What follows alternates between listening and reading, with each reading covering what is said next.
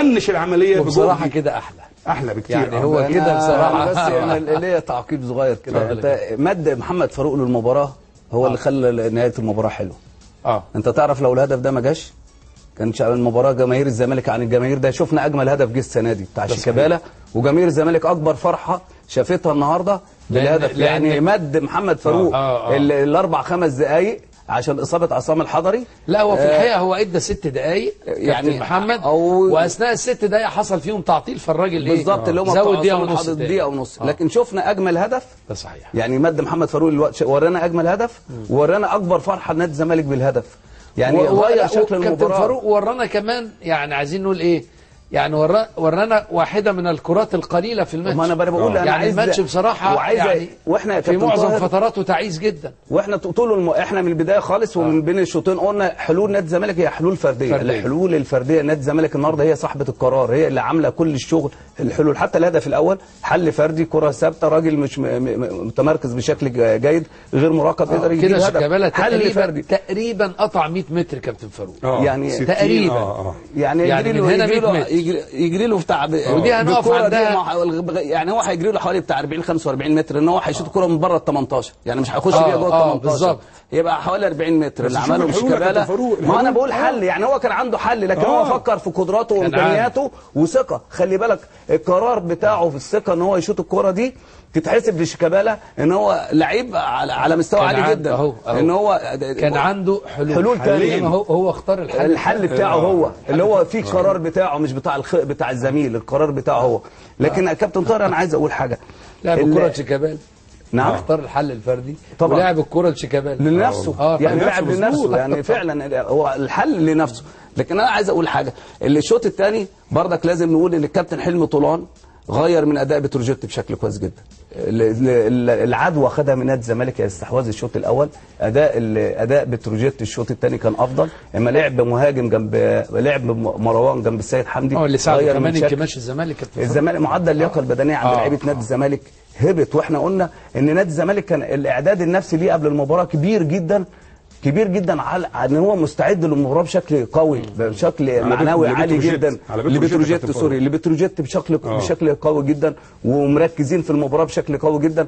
وده يمكن اللي خلى لعيبه نادي الزمالك بدات المباراه من بدايه من المبادره ان هم يهاجموا وان هم يضغطوا، ان هم يفقدوا كثير من اللياقه البدنيه. لكن الشوط الثاني كان في مخزون عند اللعيبه. يعني حسين ياسر كان قاعد في لعيبه كده تنام لك في المباراه وتصحى مره واحده تغرك من شكل الاداء. يعني حسين ياسر وشيكابالا نايمين خالص، لكن الكره ما بتجي لهم الكورتين الخطر اللي راح على بتروجيت الشوط الثاني من عند شيكابالا، رغم شيكابالا اقل واحد لمس الكوره الشوط الثاني، لكن كان ايجابي. وهنا نقول على اللعيب اللي عنده الموهبه الفطريه واستعمل الذهن المهاره الذهنيه بتاعته ان هو ياخد قرار التصويب وياخد البوزيشن بتاع الكوره، وان هو يمرجح رجله ورقص 2 لعيبه. ده عمل 3 4 حاجات في الكوره شيكابالا، حاجه عاليه جدا في الكوره. يعني الجول اللي جابه شيكابالا ده جول عالمي. وانا بقول ده هتبقى اضافه لفكر شيكابالا ان هو استعمل مهاره فطريه ومهاره ذهنيه. ادي المهاره الفطريه، ادي المهاره الذهنيه بقى، ان هو زي يرقص ده ياخد ده، كل ده ذكاء. هو رايح بيوسع لنفسه عشان يحط نفسه وضع التصويب في حته هو يمتاز بيها على رجله الشمال. مرجحه وضع الجسم بشكل جيد جدا، مرجحه الرجل، قوه الكوره، ارتفاع الكوره. شيكابالا النهارده عمل مثال. ويمكن احنا كنا كمان لو في فرصه كمان كان محمد فاروق يمد الوقت اكتر وشيكابالا يجيب اهداف بالشكل ده، او حسين ياسر او اي لعيب يجيب هدف بالشكل ده. لو كره زي دي يا كابتن فاروق من شيكابالا ضاعت وده كان وارد. اللعيبه حتى تاثيرها ايه بقى؟ اللعيبه بقى كنا هنقول ايه؟ احنا في نسيته كنا هنقول ايه؟ احنا هنقول لازم يبصيها. كنا هنقول عليه اناني. كنا هنقول لازم يبصيها، لازم يبصيها لزميله. وكان عنده حل زميله اقرب منه. هنا الزمايل في حضن الجول. يعني هنا الزميل اللي على ال 18 ده وذكي.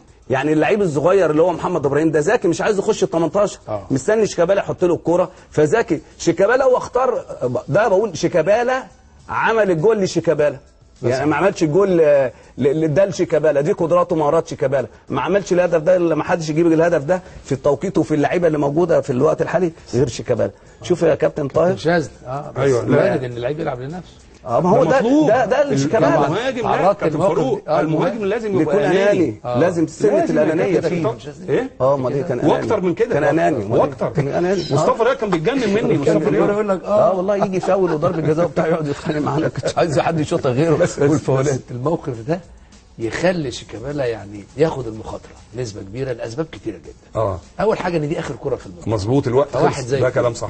نمره 2 ان هو فنيا في المباراه ما كانش عالي. يعني شيكابالا لم يبدع، الشوط الثاني بالذات على فترات بسيطه جدا، فبالتالي هو عاوز يجمل الصوره. كان عنده كره في العرض، عنده مخزون، عنده مخزون بدني. هو كان عاوز يترجم يعني ايه، عايز يقول انا هنا برضو يفنش، ياخد الايه، ياخد الصوره كلها. المخزون يا طاهر البدني بتاعه، ان النهارده اللعيبه دي كلها في المرحله احنا في اول السنه وفي الدقيقه 95 ولا 96 ولا 97 والكره جت وشيكابالا جري بيها حوالي 45 متر، ورغم هو بيجري بالكره واخد قرار ان هو يرقص اللعيب نمره 1 ويرقص لعيب نمره 2 ويحط نفسه في وضع التصويب على المرمى ويحط الكوره بكل ده شيكابالا، وهو بيجري وانا شيكابالا هرقص، انا شيكابالا هشوط، انا شيكابالا هجيب الجول، انا شيكابالا. هو ده كله بيفكر هو، لو هو عنده الحل الثاني لكن يتحسب له ان هو عنده المخزون. ورغم الضغط الجري وانت معاك الكوره دي اكبر مشكله. دي 97 دي في عنصر سرعه وقوه، يعني قوه مميزه بالسرعه وانت بتجري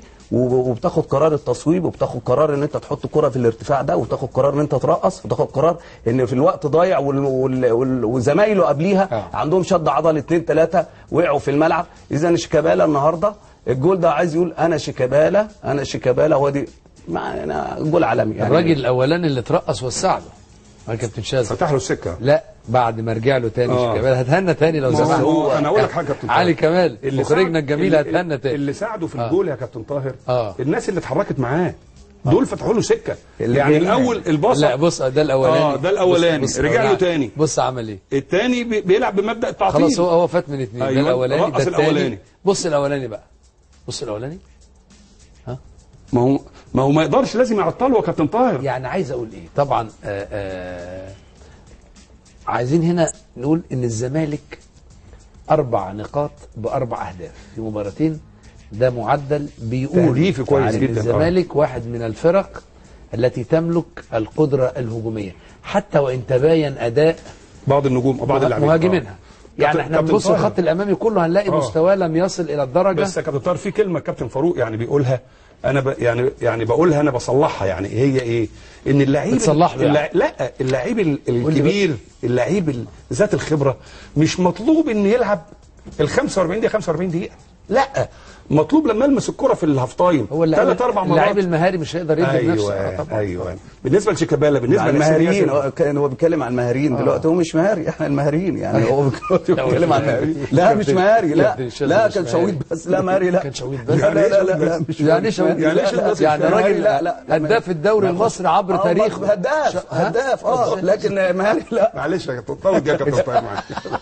طيب نرجع تاني للماتش كابتن شاذ. في الحقيقه الزمالك في الحقيقه برغم نقول الظروف الصعبه اللي بيمر بيها في الحقيقه من مواجهه فرق كلها كبيره، يعني مظبوط، حرس الحدود، بتروجيت، فرق كلها كبيره، منها فريق مستعد اكثر من نادي الزمالك زي ما قال حسام حسن في التقرير اللي جالنا من ان حرس الحدود واجه حرس الحدود وهو موجود في الفورمه الطبيعيه بتاعت الماتشات.